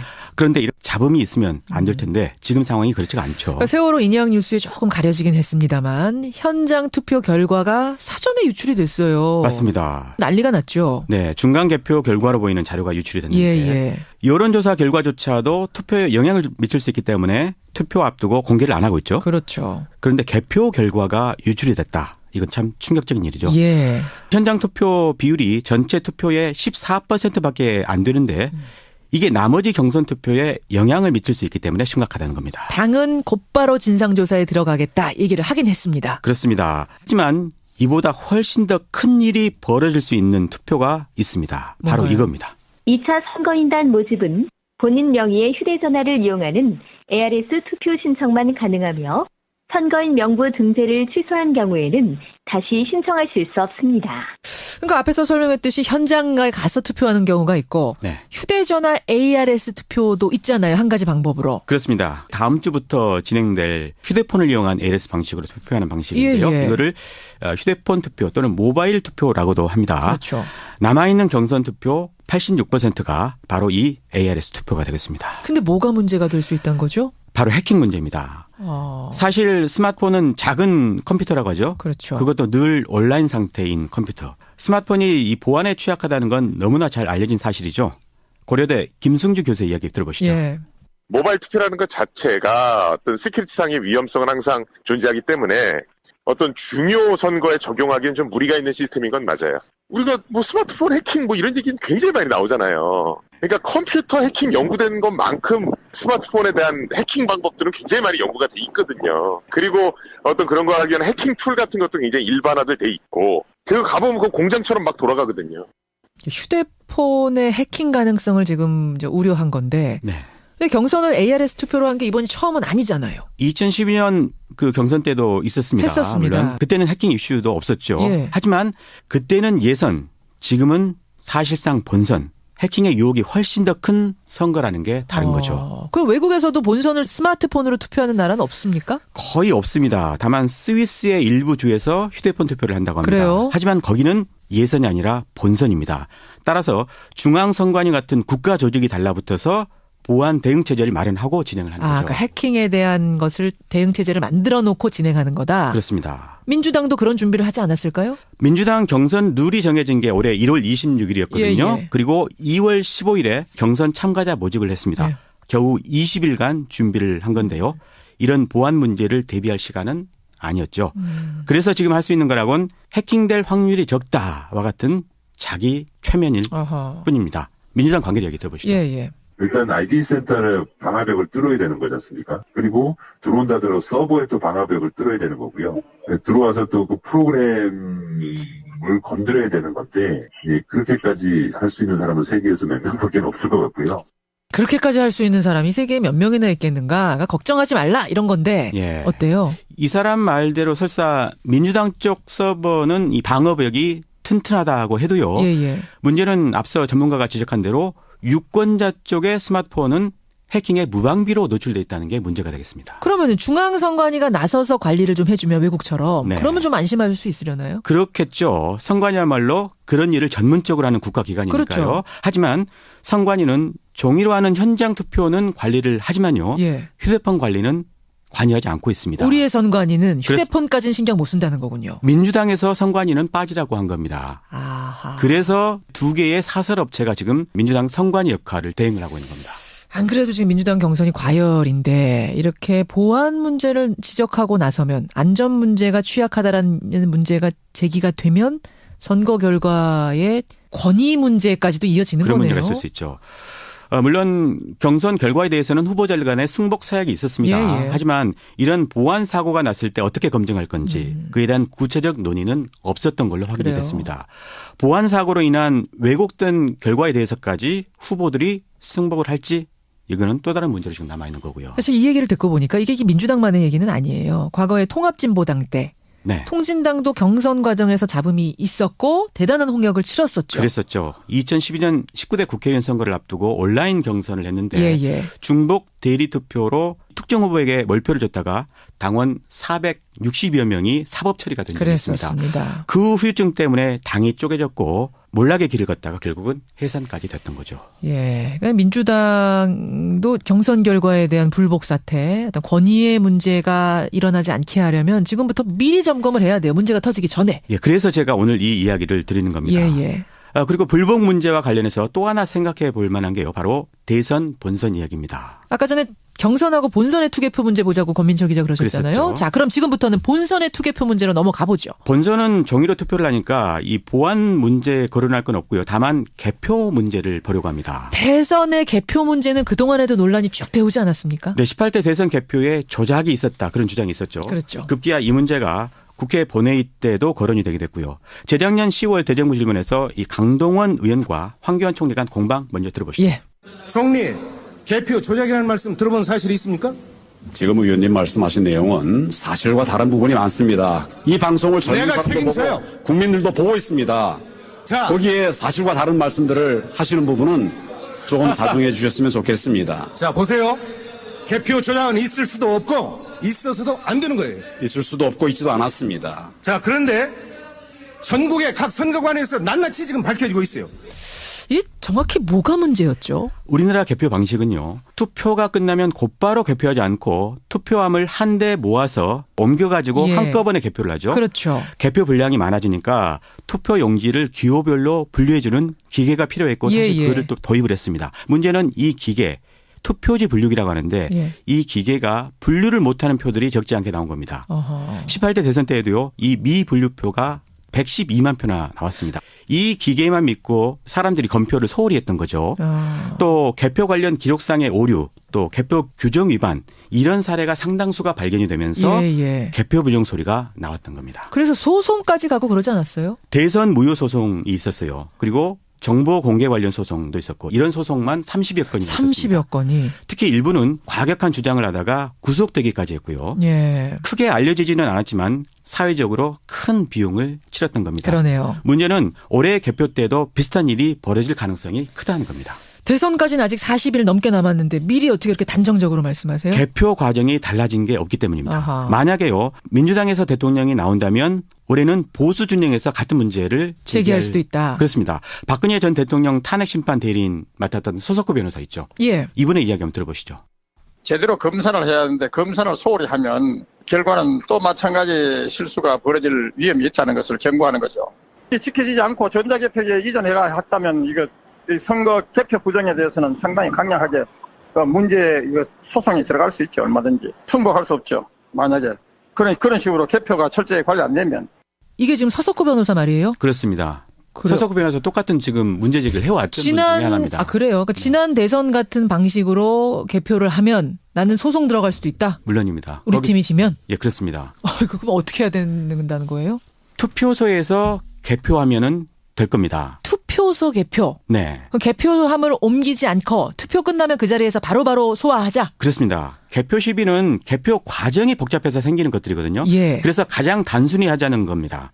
투표소에서 개표하면 개표 시간도 획기적으로 줄일 수 있고 예. 따라서 비용도 절약할 수가 있습니다. 앞서 말씀드린 이 사회적 비용도 물론 줄일 수 있고요. 그래서 민주당 송영길 의원이 이런 내용의 법률 개정안을 현재 제출한 상태입니다. 제출한 게 있군요. 그럼 지금까지는 그 자리에서 안 하고 중앙으로 다 모았던 이유는 뭡니까? 그것도 이유가 있으니까 모았을 거 아니에요. 만약에 투표 용지가 좀 애매한 경우 선관위 직원들이 직접 보고 나서 결정을 한다. 그러니까 일종의 전문성을 이야기를 하고 있는데 투표 용지의 가부를 판단하는 게 그리 전문적인 영역은 아니죠. 아니기 때문에 네. 그냥 각 투표소에서 해도 된다. 이런 거군요. 그렇습니다. 다른 나라도 이렇게 한 나라가 있어요? 독일이라든가 프랑스, 스웨덴, 미국 같은 대부분의 선진국에서 바로 투표소 개표를 하고 있습니다. 자, 이제 그렇게 하자라고 법안은 제출이 됐는데 이번 대선 치러지기 전에 개정이 될까요? 그건 좀 어렵겠죠. 그렇죠. 다른 대안이 있겠습니까? 현실적인 대안도 없진 않습니다. 이 투표지 분류기를 지금처럼 사용을 하되 예. 이 기계에서 이 전자개표로 인식할 만한 다른 기능은 모두 빼자는 겁니다. 무슨 말이에요, 그게? 18대 대선 때부터 이 문제를 주장해온 여수 솔샘교회 정병진 목사 이야기부터 들어보고 이야기하겠습니다. 예. 그대로 모든 그 개표 절차는 그대로 하되 한 가지만 안 하면 돼요. 투표지 분류기에 프린터기 장착돼 있잖아요. 그 프린터기 없애버리면 됩니다. 그러니까 프린터만 안 하면 돼요. 개표 상황표를 그냥 수기로 적게 만들면 선관위 주장한 대로 그냥 단순 분류 작업만 하는 기계가 돼요. 그렇게 하면은 수개표가 강화되죠, 당연히. 이게 무슨 말입니까? 좀 복잡한데요? 그 지금처럼 투표지 분류기에 의존하지 말고 예. 가급적이면 사람이 들어가서 손으로 직접 개표를 하자 이런 이야기를 지금 하고 있는 겁니다. 그러면은 다 개표를 해서 분류를 사람 손으로 해놓은 다음에 그 기계로는 다시 한번 검사만 하자 이런 거예요? 검토만 하자? 분류는 투표지 분류기가 하고 예. 나머지 과정은 사람이 하자는 겁니다. 애초에 분류만 해놓고 다시 다 일일이 사람이 수개표하자? 그렇습니다. 아하. 사실 현행 법에도 수개표를 하라 이렇게 돼 있었는데 지금 투표지 분류기를 도입을 하고 그렇기 때문에 이게 전자개표를 하고 있다라고 하는 의혹을 받고 있는 거죠. 그런 거군요. 그 의혹을 끊기 위해서라도 수개표를 강화하자 그런 취지입니다. 그럼 시간은 상당히 걸리고 뭐 물리적인 힘은 들겠지만 이게 가장 정확하다 이 얘기인 거죠? 그렇습니다. 그래 근데 이게 이제 시행이 되려면 전자개표 부분을 좀 포기를 해야 된다는 얘기인데 유력 대선 주자들 생각도 중요할 것 같습니다. 후보들 생각 어떤가요? 문재인 이재명 후보는요. 투표소 개표에 찬성 의사를 이미 공개적으로 밝힌 바가 있습니다. 하지만 국민들이 관심만 있으면 후보들과 무관하게 실현이 될 수가 있겠죠. 대통령도 사실 국민들이 파면한 거니까요. 예, 이 전자개표 문제 우리가 관과했던 문제에 대해서 대선 앞두고 다시 한번 생각해 봤습니다. 여러분은 어떻게 생각하십니까? 민주당 경선에서 지금 치러지고 있는 ARS 투표 문제도 관심 있게 보시고요. 본선도 마찬가지고 결과에 잡음이 없도록 우리가 미리미리 신경을 써야겠습니다. 생각할 거리를 던져주셨어요. 권민철 기자. 네. 수고하셨습니다. 고맙습니다. 훅뉴스였습니다. 그 구원파 문제, 유병헌, 청해진 뭐 이런 것 다 몽땅 재수사해 줬으면 좋겠습니다. 부탁을 하셨고 8411님은 전 공학도인데요. 세월호를 단 이틀 만에 올렸다는 말은 좀 정확하지 않습니다. 많은 시행착오를 겪고 준비해서 올린 거죠. 지적을 해 주셨어요. 0342님은 근데 해수부가 하는 일마다 의구심을 갖게 만드는 현실은 사실이다. 씁쓸하다. 뭔가 진실을 감추려고 이렇게 지연되는 거 아닌가 하는 의심은 계속 가지셨다. 이런 얘기 주셨고요. 훅뉴스 들으시고 박명세님 근데 스마트폰 해킹까지는 너무 나간 것 같은데요. 그러셨어요. 그래서 연민호님이 아니요. 해킹할 수 있는 사람이 얼마나 많은데요. 걱정하셨고 9791님은 대선 본선에서 개표를 투표장에서 바로 하자. 바로 수개표하자라는 이 권민철 기자의 아이디어에 대해서 전적으로 공감한다. 많은 분들이 문자를 주고 계시네요. 그런가 하면 어제 축구 참 이 뭐 세월호도 세월호지만 축구에도 관심이 많으셨어요. 많으셨어요. 4825님. 월드컵 9번 연속 본선 진출 이거 물 건너가는 겁니까? 슈틸리케오 불안하네요. 어제 열받아서 잠 못 잤습니다. 순위는 도대체 어떻게 되는 겁니까 하셨는데요. 월드컵 최종 예선 순위는 그대로 유지입니다. 2위 그대로 유지예요. 우리가. 다만 3위인 우즈벡하고 차이가 불과 1점 차이. 아슬아슬해진 거죠. 게다가 어제 당한 게 중국입니다. 중국. 예. 중국한테 이렇게 깨진 적이 없었어요. 중국은 우리만 만나면 공한증이었는데 이게 깨졌다는 점 때문에 많이들 지금 충격받고 뭐 실시간 검색어에 계속 축구 얘기가 오르내리고 있네요. 자, 전자투표 문자 계속 들어오고 있는데 변상욱 대기자, 그 전자투표에 대해서는 어떻게 생각하세요? 전자투표의 의미는 이게 대의민주주의에서 뭔가 국민들이, 시민들이 보다 정치에 다가갈 수 있는 직접 민주주의로 갈 수 있는 통로가 될 것이냐. 여기에 이제 가치가 있는 거거든요. 늘 대의원 몇 명이 투표하던 거에서 직접 다 할 수 있게 되는 거니까 요즘 초등학생들도요. 학교 방송으로 정견 발표하고 예. 학생회장을 4, 5, 6학년들은 전자투표를 뽑아요. 그렇게 시설이 다 준비가 돼 있어요? 그런 것들 준비해서 하는 학교들이 가끔 뉴스에 나오죠. 근데 어른들이 전자투표를 엉망으로 해가지고 네. 직접 민주주의로 가는 길을 막아버리고 아이들한테 본을 못 보이면 부끄러운 좀 부끄럽죠. 거죠. 부끄러운 네. 거죠. 그래요. 그렇습니다. 오늘 기자수첩에서는 뭘 가지고 오셨습니까? 우리나라 출산율은 왜 이렇게 낮을까? 미국 CIA 월드 팩트북이 조사 결과를 내놨는데 예. 여성의 합계 출산율 그러니까 여성이 평생 동안 낳는 아기의 출산율을 따지는 거죠. 1.25명. OECD 꼴찌. 1.25명. 네. 세계 224개 국가 중에 예. 220위. 그 못 산다는 북한도 1.96인데 우리는 1.25. 이건 이제 국가 시스템이 문제라는 거예요. 그렇죠. 결국. 그렇죠. 네. 예. 왜 이렇게 낮을까요? 출산율이. 누구나 짐작하죠. 그렇죠. 뭐 있으실 것 같아요. 이제 지금 취업도 안 되고 그렇죠. 취업 안 되니까 결혼 늦어지고 결혼 늦어지니까 출산도 늦어지고 그렇죠. 그래서 출산을 한다고 해도 아이 키울 여건도 안 되고 그런데 10년 동안 100조 원을 넘게 쏟아부었거든요. 저출산 문제 때문에. 해결하려고. 네, 앞으로도 1년에 한 15조씩 막 들어갈 텐데 예. 뭔가 큰 비전 아래 계획과 제도가 꼼꼼하지 못한 거예요. 그다음에 방책을 세워놨는데 실천은 잘 안 되고. 그렇죠. 또 대책들이 제각각 놀아요. 이게 한꺼번에 연계가 돼야 되는데 제각각 놀고. 근데 하면 됩니다. 예를 들면 예. 우리 부모들은 국공립 어린이집에 아기를 맡기고 싶어 하죠. 대부분 그래요. 예. 서비스 질도 좋은데 비용은 저렴하니까. 우리 국공립 어린이집 비중이 현재 7%입니다. 프랑스는 66%예요. 그래요. 스웨덴 72%. 야, 우리나라는 어느 정도냐면요. 아이가 뱃속에 있을 때부터 대기를 걸어놔요. 역시 어머니들은 바로 아시는군요. 근데 하면 됩니다. 서울시가 과감하게 계속 투자를 했어요. 그랬더니 네. 지금 16.8%까지 올라 있습니다. 국공립 어린이집이? 네. 올해 계획대로 계속하면 27%까지 올라갑니다. 그럼 다른 지자체들도 뭔가 하려고 노력은 할 텐데요. 근데 이 우리나라 아동복지 분야는 중앙정부가 슬그머니 손을 뗐어요. 그래갖고 지방자치단체 소관으로 대부분 떠밀어놨죠. 그러니까 중앙정부가 지역 간의 형평성을 보장해 주기 위해서 정책을 짜고 밀어줘야 되는데 예. 손 떼고 니들 책임인데 왜 우리한테 그래라고 하니까 요새 계속되는 문제입니다만 누리과정 예산 파동이 벌어지고 난리가 나는 거죠. 그렇죠. 사실 우리나라 아동복지 정부 지출 예산은요. GDP 대비 얼마냐 하면 1.5%예요. 아동복지 쪽으로 정부 지출 예산이. 예. 경제협력개발기구 OECD 최하위 수준입니다. 그렇군요. 그러니까 애를 낳아도 안전하고 행복하게 키우기가 힘든 나라인 거죠. 예. 물론 지금 세월호 인양 작업이 계속되고 있습니다만 애를 거의 다 키워놔도 참 안전하지 못한 나라라고 원망하시는 분들도 계시겠지만 아무튼 애를 낳고 키우는 게 정말 힘든 나라입니다. 예. 그래서 오늘은 대통령 하겠다고 나선 사람들은 얼마나 이 부분에 대해서 제대로 이해하고 잘 짜고 있냐. 그걸 한번 제출한 공약들을 점검해 보겠습니다. 출산율 문제를 해결하기 위해서 각 후보들이 내놓은 공약 점검. 네. 이거 관심 갑니다. 되게 비슷해요. 공립보육시설 늘리겠습니다. 사실은 저도 좀 관심 있게 봤었거든요. 네. 보면 이제 공립보육시설 서비스 늘린다는 거 그렇죠. 기본적으로 다 있고 육아휴직 기간 늘리겠다. 그리고 육아휴직하는 중에 급여도 늘리겠다. 지금도 주긴 줍니다.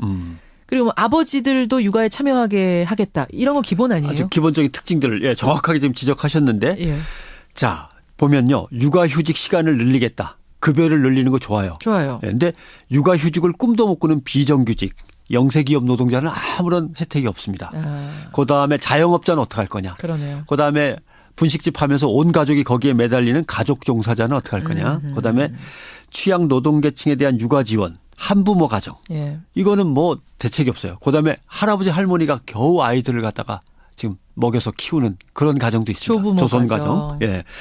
이건 또 절실한 건 이들인데 이 절실한 사람들, 더 절박한 사람들한테는 다가갈 수 있는 대책들이 아니다. 그러네요. 그래서 대기업 위주의 정책보다는 중소기업이나 비정규직 위주로 짜야 된다. 그리고 현장에서는 육아휴직 제도를 실천하지도 않는데 대상자를 늘리겠습니다. 시간을 늘리겠습니다. 하지도 않는데 이건 말이 안 되죠. 아무튼 철저하게 감독할 수 있는 방법을 짜내고 사용 못한 육아휴직이나 육아휴가는 급여로 돌려서 봉급으로 주든지 신고하면 바로 근로감독 들어가든지 이런 시스템을 마련해야 되고요. 그래요.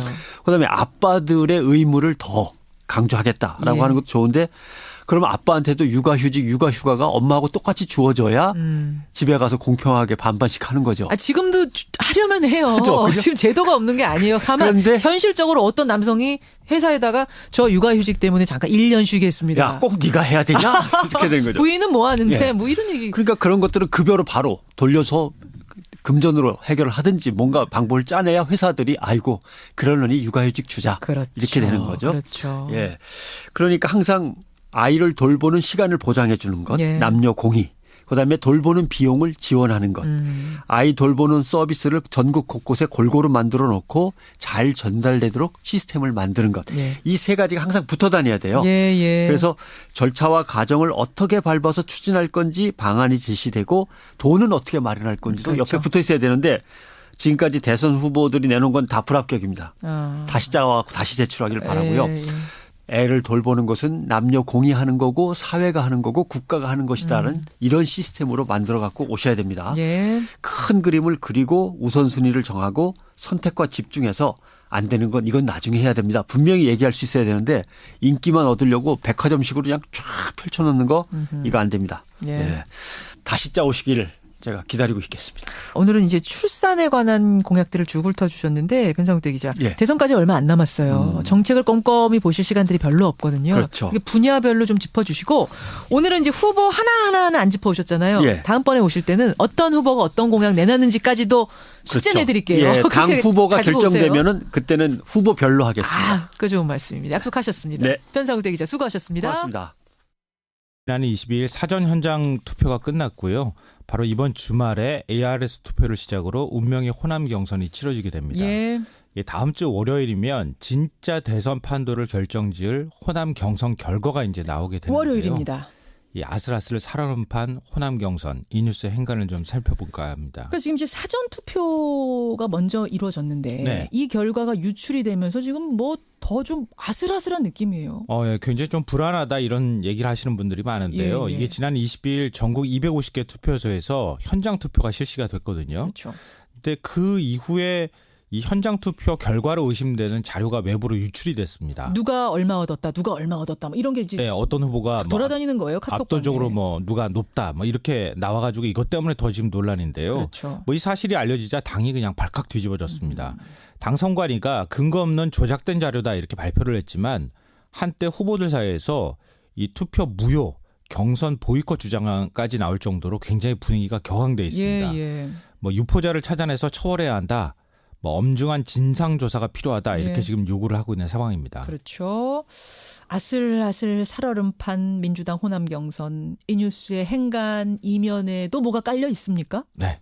첫 번째 행간은 석류가 익을 대로 익었다입니다. 석류 얘기가 여기서 왜 나옵니까? 가을에 석류가 익을 대로 익으면 어떻게 됩니까? 터지죠.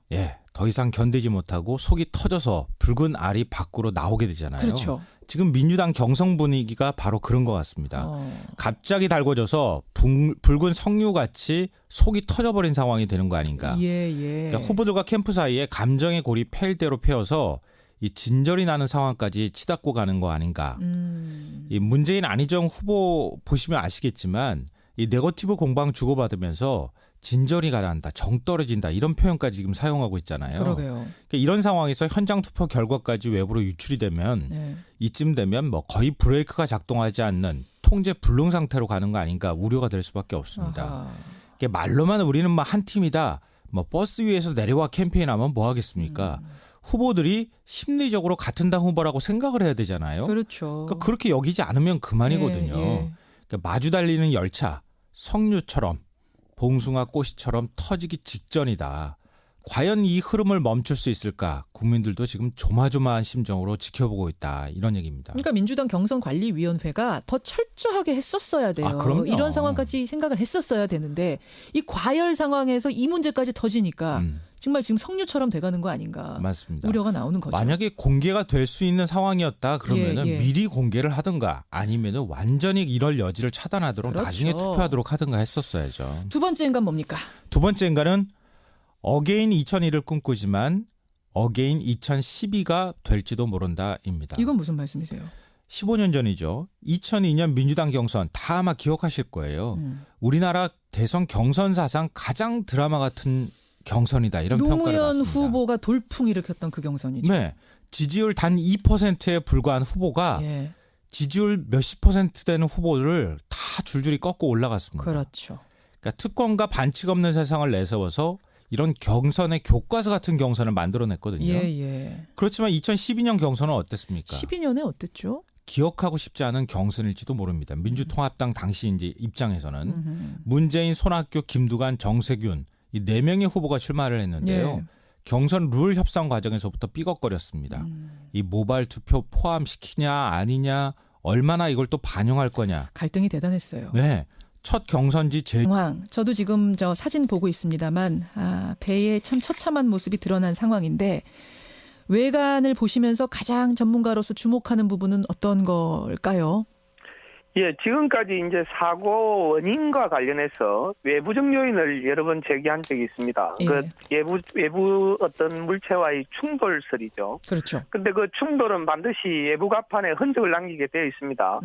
현재 우연선체가 드러나 있고 우연선수 부분으로 보이는데 그쪽 부분의 어떤 충격으로 인한 어떤 파손이나 파공의 흔적은 현재 찾아볼 수가 없습니다. 그래서 이 자연 선체 쪽을 완전히 들어봐야 되겠습니다만은 현재까지는 외부 어떤 충격설에 대해서는 흔적을 발견하기가 어렵습니다. 예, 외부 충돌설이 끊임없이 제기가 됐는데 진짜 일단 이쪽 보기로는 지금 아주 다 드러나는 건 아니지만 12m까지 드러나는 걸로 봤을 때는 외부와 충돌한 흔적은 보이지 않는다. 그쪽 설은 일단 아닌 것 같다 이 말씀이세요? 예, 그렇습니다. 이 정도 부패와 훼손이면은 이건 어느 정도나 심각한 걸로 보세요? 예, 선체 외판은 페인트가 칠해져 있고 또 그 외판의 둥께가 두껍기 때문에 3년간 물속에 들어 있어도 뭐 함몰이나 변형의 흔적은 찾아보기가 힘들 겁니다. 그렇지만 이제 내부 격벽 같은 것들은 자체적으로 이미 함몰된 부분도 있을 거고 나중에 조사를 위해서 진입하는 과정에서 추가로 함몰할 수 있기 때문에 안전도 검사를 철저하게 해야 될 것으로 생각이 돼요. 그래요. 제일 중요한 임무는 미수습자 9명 찾는 일인데 이 배의 상태로 미루어 봤을 때 물론 뭐 예단은 못하겠습니다만 속단은 못하겠습니다만 미루어 봤을 때 작업 과정 어떨 거라고 짐작되세요? 예, 가장 중요한 부분입니다. 현재 미수습자 9분을 찾는 것이 가장 중요한 부분인데 현재 그 선체가 이렇게 자연으로 누워져 있는 상태인데 사실은 그 인양의 완성은 선체를 바로 세우는 거였습니다. 그런데 이제 인양 과정에서 이 방법이 바뀌면서 현재 자연으로 누운 상태로 이 인양을 하겠다는 건데 누운 상태에서는 사실은 그 진입하기가 쉽지가 않습니다. 그래서 해양수산부는 그 상부 구조물을 따로 분리해서 바로 세워서 하겠다는데 그렇죠. 이 철제 구조물을 뜯어내는 것 자체가 크다란 그 작업이고 그 과정에서 여러 가지 유실의 가능성이 있기 때문에 선체를 바로 세워서 제대로 수색하는 게 좋을지 이걸 떼어내서 하는 게 좋을지에 대한 기술적인 판단을 잘 해야 될 것으로 생각이 되십니다. 그렇군요. 그러니까 지금 오늘 보세요. 출입문 그거 하나 잘라내는데도 밤새도록 걸렸습니다. 우여곡절 끝에 잘라냈는데 이걸 이제 객실 부분을 아예 분리해서 미수습자를 수습하는 게 얼마나 시간이 걸릴지 기술적으로는 어떨지 이것도 고려를 해야 된다는 얘기고 그러니까 세우는 게 나을지 아니면 이 상태에서 절단해서 구조하는 게 수습하는 게 나을지 이 부분은 고민을 해야 된다는 말씀이세요. 예, 그렇습니다. 네, 여기까지 일단 짚어보죠. 공기룡 교수님 고맙습니다. 예, 감사합니다. 한국해양대학교 항해학부 공기룡 교수까지 만났습니다. 안녕하세요. 유미경 님이요. 아니 유실 방지망도 설치했다면서 그 설치하면서도 큰 출입문 열린 걸 몰랐단 말입니까? 유실 방지망은 제대로 설치한 거 맞냐? 그것도 의심스럽다 그러셨어요. 인양업체, 중국 업체죠. 예, 이 업체가 그렇게 믿을만 하냐라는 의문들도 많이 보내주시는데 오늘 2부에 박주민 의원 나옵니다. 세월호의 또 하나의 가족이라고 불리는 박주민 의원과 박종훈 변호사가 아예 스튜디오로 나오세요. 그분께 이런 질문 저런 질문 궁금증 다 물어보겠습니다. 네, 행간가죠. 듣겠습니다. 그러세요. 민당 경선이 시작이 됐습니다. 네. 이미 트림 램프 절단 작업이 있었습니다. 되느냐 마느냐. 오늘까지 안 되면 이번 작업 또 중단이다. 이런 얘기가 나오는 가운데 제가 방송 들어오기 직전에 이 램프 절단 작업이 완료됐습니다. 끝이 났습니다. 자, 현장 연결하죠. CBS 보도국 김민재 기자 연결이 되어 있습니다. 김민재 기자. 예, 진도 팽목항에 나와 있습니다. 참 밤사이에 인양 작업에 돌발 변수가 생겼었어요. 예, 말씀하신 대로 어젯밤 10시 해양수산부가 예정이었던 긴급 브리핑을 진도군청에서 열었습니다. 예. 세월호 선체 꼬리 왼쪽에 있는 램프가 열려서 이것부터 제거하겠다는 얘기였습니다. 그렇죠. 예, 말씀하신 대로 이게 평소에는 선체 벽 역할을 하다가 부두에 정박하면 자동차나 사람이 오가는 다리 역할을 하는 구조물인데요. 그렇죠. 어제까지만 해도 밤새 세월호를 다 올려서 오늘 반잠수선에 싣기로 하지 않았습니까? 예. 다만 환기구처럼 세월호에서 튀어나와 있는 지작물들이 바지선에 자꾸 부딪혀서 이걸 제거하는 작업 중이었죠. 예. 그런데 어제 저녁 6시쯤 지작물을 조사하던 잠수부가 램프의 잠금 장치가 파손돼서 램프가 열린 걸 발견한 겁니다. 그러니까 저녁 6시가 돼서야 발견을 한 거예요. 그 문이 덜렁덜렁 열려 있는 걸. 그렇죠. 이게 세월호 선체를 들어 올리면서 이걸 발견했다라는 게 정부의 주장인데요. 예. 그래서 어제 저녁부터 당국이 램프부터 잘라내고 선체 인양 작업을 이어가기로 한 겁니다. 그렇군요. 예, 다행히도 조금 전에 절단이 다 된 거죠, 김민재 기자? 예, 지금 방금 다 잘라냈다라고 공지 문자가 기자단들에게 전파가 됐습니다. 참 다행입니다. 그럼 오늘 작업 일정은 어떻게 되는 겁니까? 이 예상해왔던 작업 때문에 다소 차질을 빚긴 했지만 조금 전 해수부에 따르면 이걸 마무리하고 이제부터 인양 작업의 속도를 내겠다라고 하는데요. 예. 원래는 세월호 선체를 수면 위 13m까지 들어올리기로 했죠. 그랬죠. 현재 12m까지 들어올렸다고 하니까 오늘 안에는 순조롭게 반잠수선 거치 작업까지 마무리할 것 같습니다. 예. 특히 내일도 기상이 양호할 것으로 보이지만 물속에선 기상보다 유속이 중요한데요. 오늘로 유속이 느린 소조기가 끝나기 때문에 인양 작업을 꼭 끝내야 합니다. 그러니까 반잠수선, 요 이동선까지 싣는 거는 오늘 중으로 무조건 끝내야 돼요. 그렇죠. 이게 수조기가 끝나면은 파도가 거세기 때문에 이동하거나 올리기가 쉽지가 않기 때문인데요. 예, 맞아요. 이 때문에 정부도 오늘 자정까지는 무슨 일이 있어도 거치를 마치겠다고 거듭 강조했습니다. 예. 이래서 오늘 중 반잠수선에 선체를 올려놓으면 예정보다는 늦어지겠지만 세월호를 다시 물에 내려놓는 상황은 피할 수 있어서 일단 한숨은 돌릴 수 있다는 얘기입니다. 참 다행입니다. 다행이고요. 문제는 이렇게 거대한 램프가 3년 넘게 열려 있었다면, 그러니까 이제 발견한 거잖아요. 이 문 열린 걸. 미수습자라든지 또 사고 원인을 밝혀줄 수 있을 만한 어떤 그 물품 같은 것들이 유실됐을 가능성은 없을까요? 정부 발표를 액면 그대로 믿으면 그럴 일은 없다고 합니다. 잠수부가 물속에서 확인을 해보니까 컨테이너가 입구를 틀어막고 있어서 램프가 열려 있어도 선체 안의 화물이 유실될 상황은 아니라는 겁니다. 또 여기에다가 유실 방지망도 더 강화하고 인양 작업을 다 끝내면 잠수부들이 물속에 들어가서 혹시 유실된 물품은 없나 확인 작업도 할 예정입니다. 하지만 정부가 3년 동안 인양을 준비했다면서 이런저런 이유로 작업이 늦어지는 것 자체가 문제입니다. 그렇죠. 가뜩이나 인양을 일부러 늦춘 것 아니냐는 의혹을 받고 있는데 지금 제속도를 내고 있다지만 선체 밑바닥에 깔려 있었다, 리프팅 빔에 가려졌다, 이런 돌발 변수 때문에 자꾸 작업이 늦어진다고 하니까 국민들로서는 불안함을 지우기 어렵긴 합니다. 이게 지금 램프가 무슨 11m, 7.9m 이렇다면서요. 굉장히 큰 램프라면서요. 예. 근데 그거를 컨테이너로 어떻게 담았고 있었다는 건지 저는 그것도 잘 상상은 안 되는데 어쨌든 정부 발표는 그 문이 막혀 있었기 때문에 걱정은 말아라. 네, 그렇게 말하고 있습니다. 근데 김민재 기자, 저 램프를 이렇게 막 잘라도 그거는 상관없습니까? 사고 원인 밝히는 거하고? 지적해 주신 대로 이 선미 램프가 사고 원인과 연관된 거 아니냐는 지적이 그동안 있었는데요.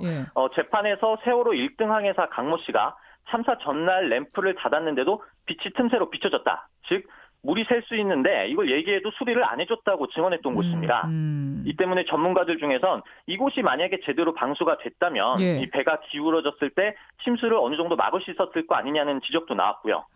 이처럼 사고 원인과 직결될 수 있는 부분인데 정부가 그동안 미리 확인도 안 하고 이 상황이 발견이 되니까 허겁지겁 잘라내겠다. 이렇게 하니 저희도 상황을 좀 유심히 지켜봐야겠습니다. 지금까지 진도에서 전해드렸습니다. 예. 김민재 기자 고맙습니다. 예, 진도 인양 작업 현장에 있는 CBS 김민재 기자를 먼저 연결했습니다. 이 전문가들은 이 상황 어떻게 바라보고 있을까요? 오늘도 공기령 교수 연결을 해봐야겠네요. 해양대 공기령 교수. 교수님 나와 계세요. 예, 안녕하세요. 다행히 제거는 됐습니다만 이것 때문에 반 잠수함에 올리지 못할 정도의 그런 심각한 문제였던 겁니까? 예, 그 선체부로 나와 있는 가장 큰 구조물 중에 하나가 램프였습니다. 그런데 그 램프가 이 케이블을 가지고 열고 닫고 하는데 단단하게 고정되어 있지 않아가지고 세월호가 침몰하면서 그쪽으로 화물이 쏠려서 아마 반쯤 열렸을 거로 그렇게 지금 판단이 되어집니다. 근데 앞에서 김민재 기자하고도 얘기했습니다만 본인양 시작하기 전에 잠수사들이 물속에 몇 번이나 들어가서 물속 상태를 확인했는데 그리고 들어 올려지는 와중에도 잠수사들이 수시로 분명히 들어가서 확인을 했을 텐데 이 커다란 출입문 열려 있는 걸 그렇게도 모를 수 있습니까? 12m 들을 때까지? 그러게 이제 뻘에 묻혀 있을 때는 그 부분이 아마 1m 이상 들어가 있어서 발견하지 못한 부분이 있는데 그것도 미리 이제 스캔을 이용해 가지고 몇 번 선체를 조사한 바가 있습니다. 그리고 말씀하신 것처럼 이제 10m 이상 들어 올리는 과정에서 그쪽 부분이 선체 바깥쪽으로 튀어나와지는데 그 부분에 대한 조사가 이루어지지 않은 부분에 대해서는 좀 이해하기 힘든 그런 부분입니다. 그렇죠. 12m 끌어 들어 올렸으니까 1m만 더 들어 올리면 되는 상황에서 이걸 발견했으니 지금 이제 잘려졌으니 망정이지. 그렇지 않았더라면은 이거 다시 내려놓아야 되는 상황이 될 뻔도 했어요. 그렇습니다. 그럼 또 달려진 것도 조금 문제가 있는 게 그 부분이 말씀하신 것처럼 크기가 이제 길이가 10m, 폭이 7m 정도고 이렇게 4단으로 접어지게 되어 있습니다. 그래서 이제 그걸 제거하면 커다란 구멍이 생긴 겁니다.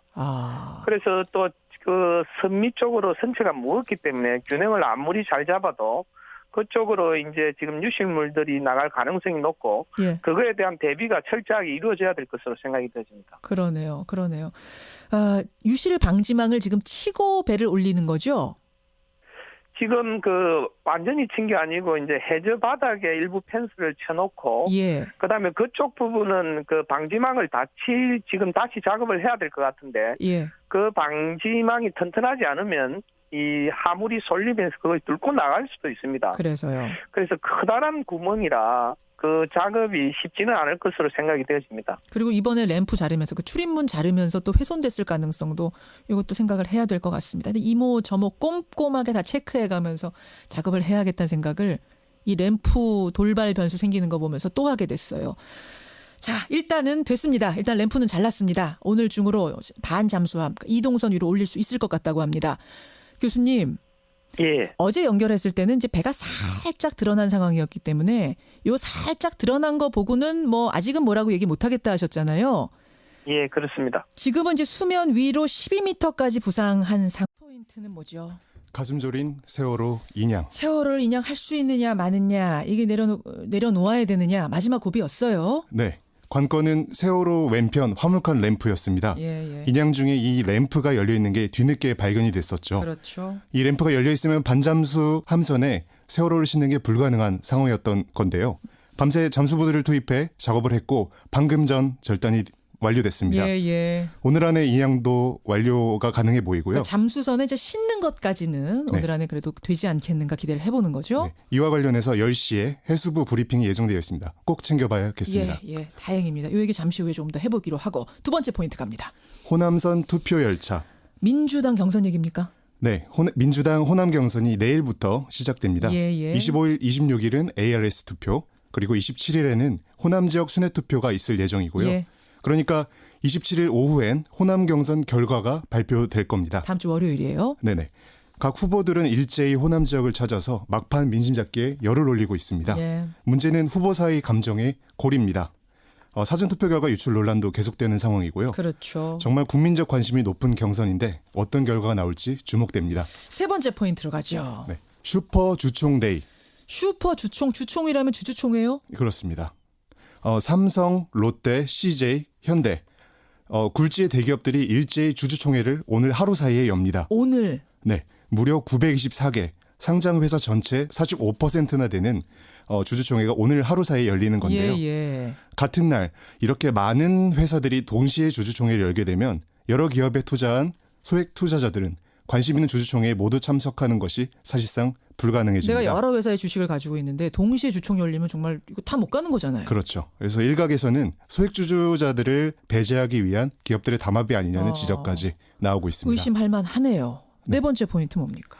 먹구름 속 월드컵 본선. 어제 있었던 월드컵 축구 얘기예요. 네네. 간밤에 잠 못 이루신 분들 많으실 텐데요. 그러게요. 네, 어젯밤에 있었던 중국 허롱 스타디움에서의 한국 대 중국, 러시아 월드컵 아시아 최종 예선. 네, 우리나라 내내 우세하게 경기를 해놓고서도 결과는 0대1 충격패였습니다. 네, 역대 32번의 중국과 A매치에서 벌써 이제 두 번째 패배를 한 건데요. 사실 중국 선수들이 공한증 있다 뭐 이랬는데 다 털어낸 것 같아요. 그런 거 아닌가 걱정이 됩니다.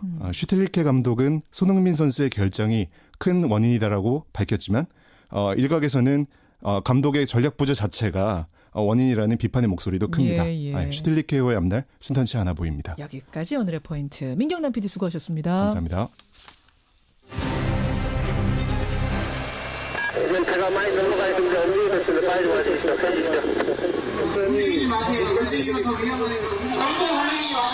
세월호 인양 작업이 사고 1074일째 이어지고 있습니다. 세월호 인양에 소극적이었던 정부는 박근혜 전 대통령 탄핵이 이루어지자 열흘 남짓 만에 인양 작업에 들어갔습니다. 어제 이 시간만 해도 순조롭게 진행되던 세월호 인양 작업이 선체의 12m까지 물 밖으로 올라왔을 때 그때 문제가 발생했습니다. 좌현의 램프. 그러니까 여러분 이제 차를 타고 큰 배로 올라갈 때 큰 문이 열리죠. 배하고 육지를 잇는 일종의 다리 같은 게 열리는데 바로 그 부분을 램프라 그럽니다. 근데 배를 들고 보니까 그게 열려 있었던 겁니다.